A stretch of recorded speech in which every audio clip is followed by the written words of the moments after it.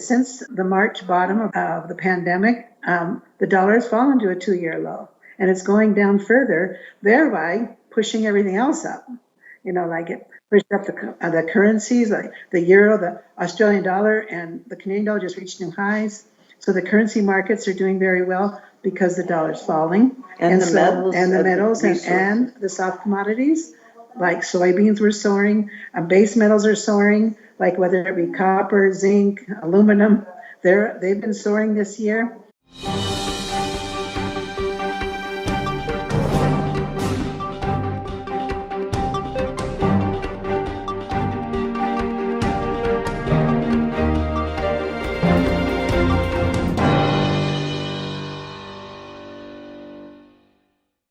This is Donnegan Kaiser, founder of Liberty in Finance. I'm now a licensed gold and silver dealer with Miles Franklin. Call me directly for the physical gold and silver that you need at the best price with personalized, private service from one of the oldest and best respected companies in the business. 30 years strong, A+ rated by the Better Business Bureau, 0 complaints, licensed and bonded, insured delivery or vault storage or IRAs, excellent prices, privacy and confidentiality, pay by check, money order, ACH or wire, satisfaction guaranteed. Call me directly at 419-819-9209 or my associate at 310-562-6400 or email us at kaiser@milesfranklin.com. Welcome back to Liberty in Finance. We're delighted to have these returning guests. Mary Ann and Pamela Aden are the founders of the Aden Forecast. They're headquartered out of Costa Rica. They join us this Wednesday, December 16, 2020. Pamela and Mary Ann, thank you for joining us again on Liberty in Finance. It's a pleasure. Nice to be here.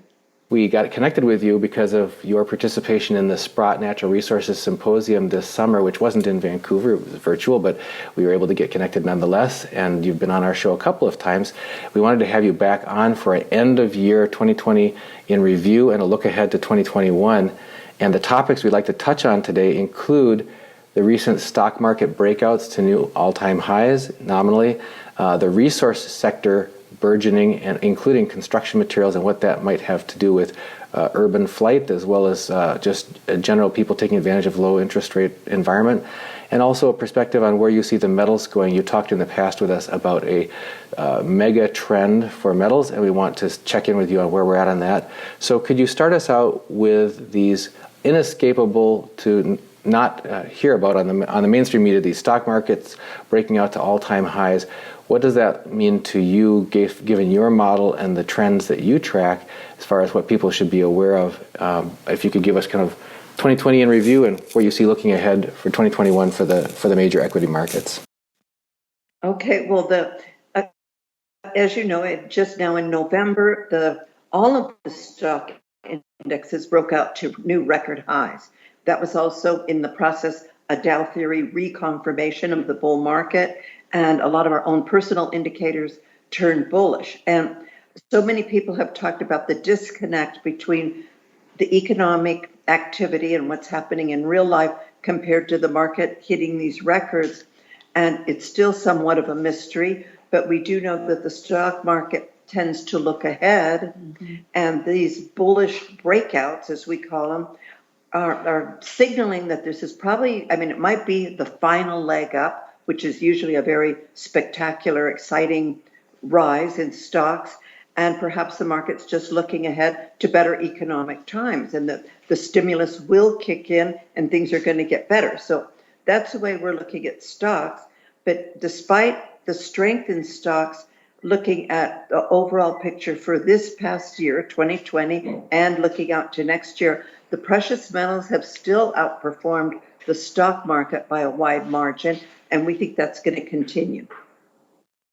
When you talk about the market tends to be forward-looking, I'm familiar with that, but that almost implies an organic process. How much of this action that we're seeing in the equity markets can be attributed to that versus how much do we necessarily have to attribute to direct support and intervention by the central bank? Exactly. That's a very good point. You could say without that intervention, we would probably not be as high as we are, but we would still be possibly in a bull market. We'll never really know. But by keeping that market up, it did have a disconnect to Main Street. But actually, Main Street may catch up now, that when we see the resource gaining steam, we see it, a lot of construction going on. Real estate really hasn't been hurt that much in many sectors. And we just see that we could probably see a better 2021, certainly than we saw this year. In a different way, though. And stock market, we think, still has a lot of life on the upside, and it could be stimulus boosted, or with the whole economy getting better than it was in 2020. That's what we have to see. And now with the vaccine, even though it'll take months before everyone reacts to it, we're still going to probably need some stimulus at the same time. Some of the economic activity that we're seeing or that may be happening in 2021 could have been pushed off or deferred from 2020 just due to the lockdowns, inability of people to travel, and a lot of businesses being shuttered or workers sent fallow. When you talk about the potential of Main Street or the economy catching up to these soaring indices, what do you guys look at as far as the actual activity and the velocity of commerce and so on? Because we keep hearing about these a huge percentage, maybe 40% or something, of zombie companies that aren't making any progress, and tens of millions of workers that are still furloughed and so therefore non-productive but in fallow. So how much real economic activity, other than in certain pockets that we're going to talk about specifically, like construction, that sort of thing, and perhaps medical, what other areas are you seeing robust activity in the real economy? Well, that's, again, this goes back to the stimulus, because we don't really see anything super robust right now other than the things Pam just mentioned. And so we'll have to see. And maybe this is going to take time, and maybe all those unemployed will eventually get back to work, perhaps in a different format than so-called normal times from before. But so that's one of the things that has us a bit concerned about going overboard in the stock market, because the economy still is on thin ice. And Jerome Powell's the first one to say it almost every few days, like it's still in very vulnerable, and it's and they need that stimulus. And that's where we think the stimulus isn't going to stop. And if that's what it takes to keep boosting the stock market, then so be it. The stocks will go up, but the real economy, I mean, a lot of people are forecasting it could lag. It'll be 2-3 more years till it gets back to normal. So. Yeah, like certainly 2021 is not going to be normal. It's going to be trying to get to normal. So we're going to be having all these ups and downs, and maybe more downs and ups in the first quarter or the first half. But the point is that it may not be quite as bad as 2020. You can already feel the people. We see here in Costa Rica, tourists coming in now, and they're looking for a bargain, though. Everyone's giving bargains, and they're coming. It's not like high season, high prices anymore. It's high season, low prices. But there's some of the beach towns that are popular, they're full, and others are less full. But yes, they're coming in, and you lower your price and they'll come in more. And so this is what we're seeing happening, because the tourist part of Costa Rica and all over the world, hotels in general, have really suffered. So have restaurants. We'd say those are the areas that have suffered probably one of the worst. And we see it. We've seen it firsthand with restaurant owners that we know and hotel owners. And it's very sad. And and hotels, who knows how well they're going to come back into being. Like maybe the Airbnbs and the Vrvos and the HomeAways, and people want that more than a hotel, especially with COVID still being around. You can kind of lock yourself up in your own place and not have a lobby and more people. So I think it's still a hard thing for the hotels, and that's the part of the economy that can continue dragging is that business, even though it is picking up compared to a few months ago when there was nothing. Yeah. Before we started recording, we were talking about an environment of uncertainty that we've traveled through in 2020 that was beyond anything that most people alive have experienced before. Can you talk to us about what your perspective is on the uncertainty that we've been through and the uncertainty that still lies ahead? Well, it's the uncertainty, of course, was pretty much, propelled by COVID and all the repercussions of COVID, which was, like you say, the unemployed, the hotels having to shut down, bars, restaurants. And then for many, many countries, they were in lockdown, like people just had to stay home, as you know. And so that's certainly the case with Europe, US in large part. And so all of those things just make people very uncertain about what's going to happen, what are the markets going to do. That would apply to primarily investors who maybe are working from home, but they still worry about, what should I do? Is it okay to invest here? That's where we saw a lot of interest in gold and the gold shares, silver, the precious metals, because as you know, they're a haven in times of uncertainty. So that's why they did so well this year, I think, in large part. And so that uncertainty is still there, but it seems to be easing up a bit. I just feel that people are starting to feel a little better, or they're getting used to it. That's it. And they're getting used to it. And they're seeing this is not the death sentence that we thought it was. Maybe for some people, but for a lot of people, it's just a bad flu. And also the political side of do you wear a mask or not, that has caused an extra problem because of it being more contagious. So yes, we're still struggling with it, but I think people are starting to get used to living in this world. And it's almost as though we'll come out a different type of person as a community and as a social culture. We might have different things will change. We can't imagine it's going to be exactly the same anymore. We think all that fluff and all that has come way down. And for many people and all the excess, people are saying, oh, I didn't need that so much. And I didn't really, this is fine. And so we see it changing. We're not sure how it's all going to end up. We're trying to change with it. And so we're taking it like looking at 6 months at a time and feeling out what markets are the best to be invested as an investor, how to take advantage of it. And also the dollar. Since the March bottom of the pandemic, the dollar has fallen to a 2-year low. And it's going down further, thereby pushing everything else up. Like it pushed up the currencies, like the euro, the Australian dollar, and the Canadian dollar just reached new highs. So the currency markets are doing very well because the dollar's falling. And the metals and the soft commodities, like soybeans were soaring, base metals are soaring, like whether it be copper, zinc, aluminum, they've been soaring this year. I mean, they continued soaring after the summer. And so we see a lot of opportunity in different sectors that this is what we're focusing investments on.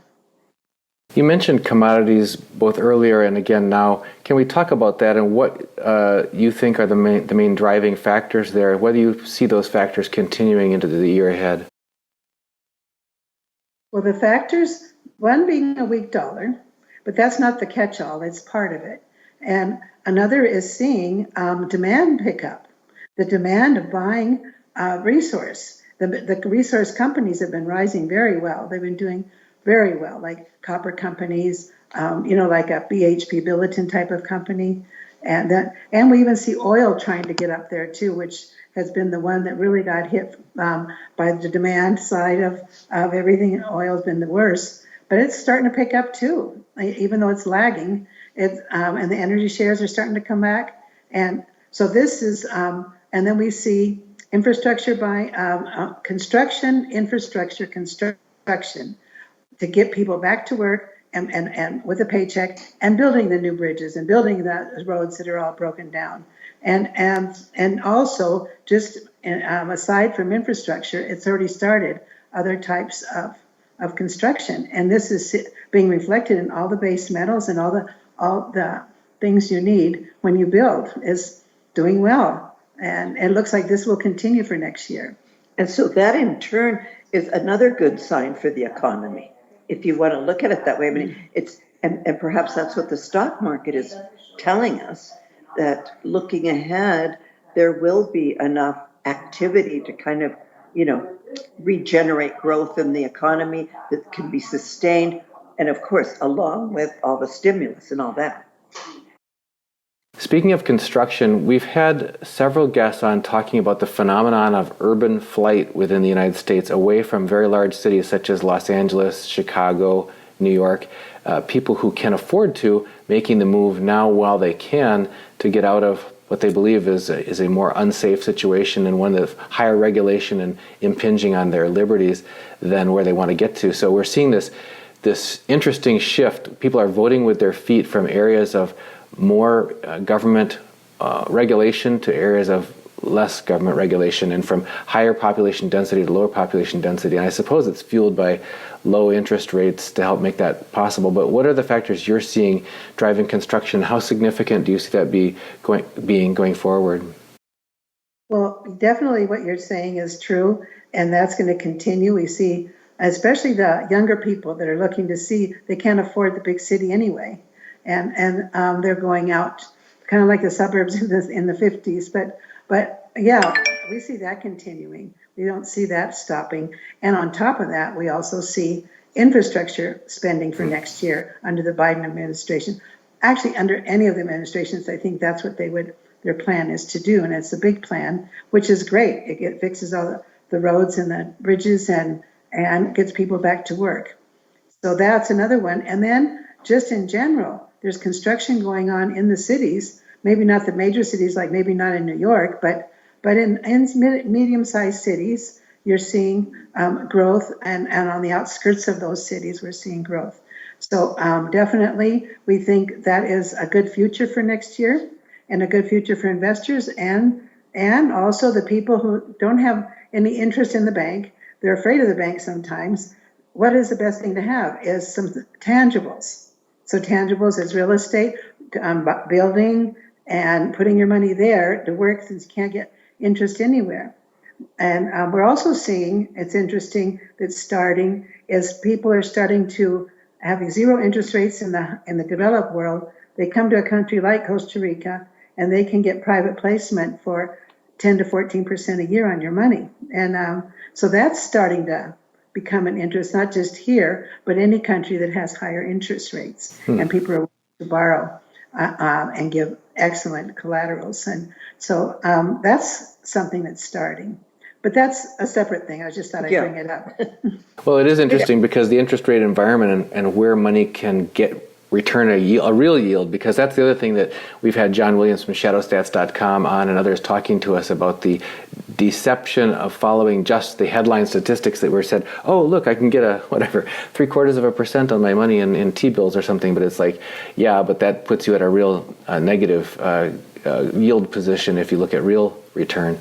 And Rick Rule has mentioned on multiple occasions that as long as that negative real return picture remains, that it will make things like, as you said, tangible things, including land and buildings that you can cash flow, and also metals, a better place to protect your nest egg than in the system where you're getting a negative real return.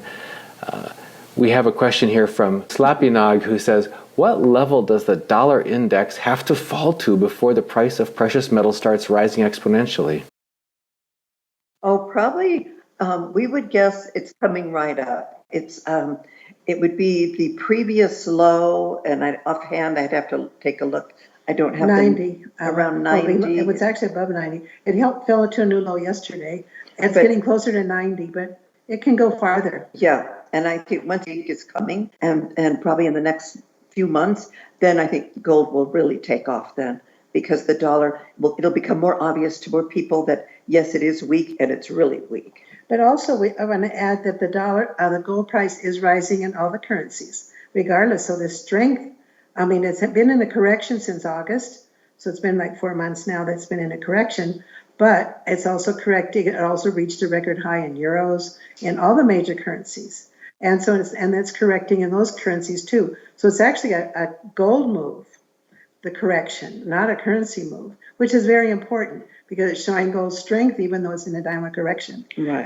And so this correction to us, the way we study cycles in that, is the deepest correction in the cycle, meaning in the cycle that usually lasts almost a year, depending on the timing. It's around that time. So if we saw a few more months of weakness, it's right normal within what's normal for this time period. So this is what we have been stressing to subscribers so they don't get nervous about seeing 1700, 1600. I mean, not that it's going to get there, but it could. It could get there. It could even, it could get in those areas and still be in a mega uptrend. This is what's important. Right. And if anything, it'd be a great buying opportunity. You mentioned before we started recording that you take a little bit broader perspective on the overall trend for metals, and that maybe you could give us a recap on that perspective. Well, let's just take gold as an example. If you go back 2 years, it's gone up 74% from 2 years ago, the September low, and 2018. Up to the high of August. And then now we've had a 14% correction, which is really nothing when you're looking at the big picture. It still strongly has outperformed everything, just about. Silver has been even stronger. Then if you just take this year alone, I think silver's up 62%, something like that. Gold has been up about 38%, and the Dow Industrials only 4.5%. But NASDAQ has been right up there, almost neck and neck with gold. NASDAQ's been up 36%. So Gold shares have been the best. yeah, gold shares have been phenomenal. So the metal sector has outperformed, even though the stock market's gotten so much publicity about being so strong, but the metal sector has still outperformed in spite of the corrections. They're still looking very good. And another thing that's interesting is that silver finally, what we call, woke up, because in the summertime it just started taking off after sleeping all this time period. You could almost say the bull market really started in 2018, not 2015. But anyway, that doesn't matter. But it took off and ended up being the best one. And it happened to coincide with copper, you being Dr. Copper, being like the spokesperson. Indicator, yeah. For the resource sector. And so silver hasn't declined as much as gold, been holding above 22. So it's been holding up because the resource sector has kind of been helping that one along. So we see a very bright future for silver and gold too, as the time goes on. But silver will have the best of both worlds, and when it does, that's when you see it really soaring. And we think it's important for people to kind of take a look at that bigger picture and invest accordingly, as opposed to just the short-term ups and downs, because then you're spinning your wheels a lot and you're not really getting ahead. Oh, and another thing too is platinum is starting to wake up now. Finally, it's been so dead, and it's starting to look better. And in the past, very long time ago past, that when all the precious metals rise together is when you know the market is really strong. Yeah. And it's just now starting to do that. And that could be some of the resource influence there on platinum. But even so, it is starting to look better than it has in years. Since 2008, actually. You've mentioned a couple of times the economic and financial environment, especially interest rates being a factor on investment that people are willing to make, either in, we talked about construction, how that impacts materials, that sort of thing. The flip side of that is on debt side. A Google user asks, can you have the sisters speculate on what might happen to fixed rate unsecured contractual debt, for example, student loan debt? Will it be inflated away, debt forgiveness as a stimulus to fight deflation, etc.? Well, that's to be seen. I think there's a chance it might be forgiven if the economy doesn't start picking up pretty quickly here, not even quickly, just next year, let's say. And if not, I think they'll make it easier for people. The Fed doesn't want, the Fed, and now combined with the Democrats, they don't want to see people suffering under even heavier debt load. And so if it feels like it's going to help boost the economy, we think they'll do whatever is necessary. Plus, that generation is getting worse. This is the worst moment for COVID for that generation, more than our generation, or more than like the 40s, 50s. It's a sad moment for them. Everyone in their 20s, if they have a big debt load on with their university and they can't find a job or a job they would love to have, like or it's just remote work, and so you're sitting at home probably with your parents. Like it's a sad moment for them in many ways. Yeah. So it's really not fair for them to have this debt load of a university debt, and so maybe they will be pardoned, or maybe it'll be an easy out for them to be able to handle that. I think it would only be like pretty much fair for the sense of fairness. Can we talk about that for a moment? Because some of these, it seems like there's no free lunch in one regard. When we talk about what's called stimulus by creation of additional fiat currency, that in a sense borrows or dilutes the value of everyone else who already holds things that are denominated, who hold currency in their savings, or Social Security recipients, that kind of thing. In this case, debt, so-called forgiveness, could impact what's one person's liabilities and the other person's asset if they're the lenders. Right. And then also we've had rent forbearance, we've had eviction forbearance, and so a lot of small-time landlords are hurting, small business people. So isn't there always this impact that just shifts the pain from one subgroup to another subgroup? It does. I mean, in many ways, yes. I mean, if you have, the landlord example, the landlord still has bills to pay. And taxes. And maintenance. And perhaps they depend on that income for retirement or for whatever.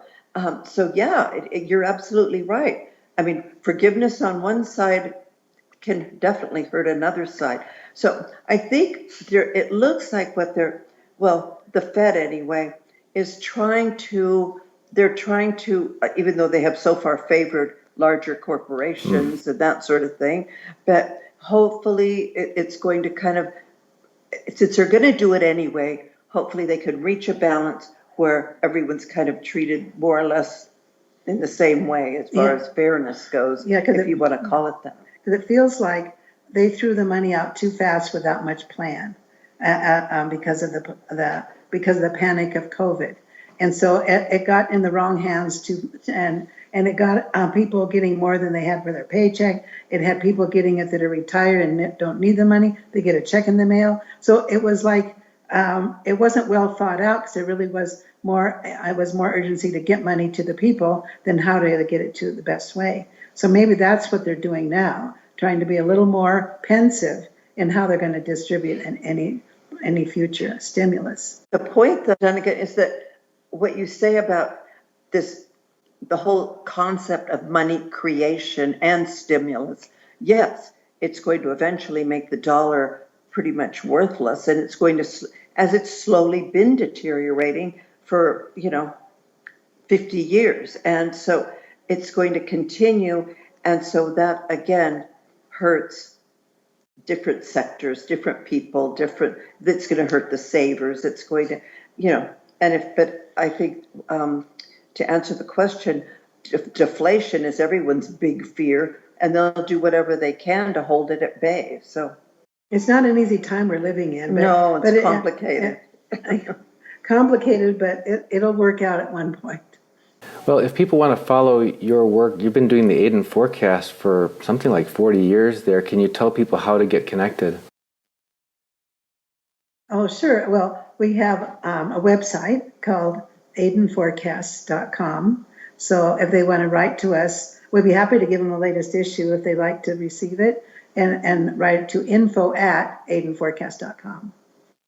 And folks, so that we can stay connected with you and inform you of this interview and any links that are provided by our guests for all of our interviews and the full descriptions, and in case we have to move off of YouTube, we talked about urban flight. We've also had big tech flight from many platforms because a lot of independent media have been deplatformed. So we've been uploading to Brighteon, we've been uploading to Rumble and other platforms. But in order to stay connected with us, folks, please go to libertyandfinance.com, and over in the left-hand margin, put your name and email address, and we'll get you on our free newsletter. We've been speaking with Pamela and Marianne Aden, founders of the Aden Forecast here on Liberty and Finance. Ladies, thank you so much for joining us again. You're Thank welcome. you. It's a pleasure. If you've decided that now is the right time for you to protect your family's financial future by acquiring physical precious metals, gold and silver, I'm delighted to let you know that I have now become a licensed dealer's representative for Miles Franklin, one of the oldest and most trusted names in bullion dealerships. and we can provide you with physical delivery to your personal possession or to professional vault storage or precious metals IRAs. Just email me at libertyandfinance@protonmail.com, and please include your name and phone number in your email to libertyandfinance@protonmail.com. We'll get right back with you and find out how to best meet your needs so that you can either begin or increase your acquisition of physical precious metals now and protect your family's future starting today. To acquire gold and silver, just go to libertyandfinance.com. When the main site comes up, click on Bullion Sales. That's libertyandfinance.com, Bullion Sales. You'll see my name, Dunnigan Kaiser, my phone number, and my associate, Kaiser Johnson, his phone number, our email, libertyandfinance@protonmail.com.